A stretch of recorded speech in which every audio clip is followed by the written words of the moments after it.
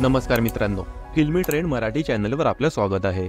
मित्रांनो, चित्रपटसृष्टीची झगमग पाहून अनेकांना अभिनय करायची आवड निर्माण होते, पण त्यामध्ये प्रत्येकालाच यश मिळेल असं नाही। आयुष्यभर कमी पैशात काम करावं लागतं, मग म्हातारपणी पैसे शिल्लक राहत नाहीत, सरकार देखील पुरेशी मदत करत नाही, अशी कित्येक उदाहरणे आपण पाहिलीच असतील। अशाच एका मराठी अभिनेत्यावर असाच संकटाचा डोंगर उभा राहिला आहे। ज्येष्ठ मराठी अभिनेते मनमोहन माहीमकर यामुळे हतबल झाले आहेत। काही दिवसांपूर्वी ज्येष्ठ अभिनेते मनमोहन माहीमकर यांनी इच्छा मरणाची मागणी सरकारकडे केली होती। आजारपण, औषधांचा खर्च आणि राहण्यासाठी भाडं हे भरायला पैसे नसलेले त्यांनी ही मागणी केली होती। पण आता आणखी एक नवं संकट त्यांच्या समोर उभं आहे। माहीमकर हे गिरगावातील सदाशिव लेन मधील एका इमारतीत राहत होते। ही इमारत जुनी झाल्याने पुनर्विकास करण्यात येत आहे। 2 वर्षांनी नवीन घराचा ताबा मिळणार आहे, पण तोपर्यंत ते भाड्याच्या खोलीत राहत आहेत। या घराचं 13,000 रुपये भाडं आहे। बिल्डरने बाकी सगळ्यांना भाडं देऊ केलं, पण मला दिलं नाही अशी खंत ते व्यक्त करत आहेत। शासनाकडून पेन्शन मिळते, पण त्या तुटपुंज पेन्शन मध्ये घराचं भाडं, जेवण, औषधांचा खर्च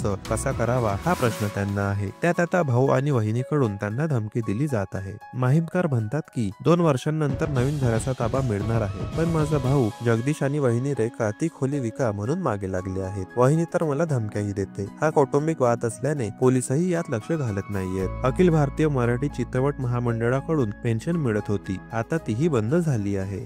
मित्रांनो, मनोरंजन विश्वातील ताज्या बातम्या जाणून घेण्यासाठी आमच्या चॅनलला सबस्क्राईब करून बेल आयकॉनला नक्की प्रेस करा। भेटूया पुढील व्हिडिओमध्ये। धन्यवाद।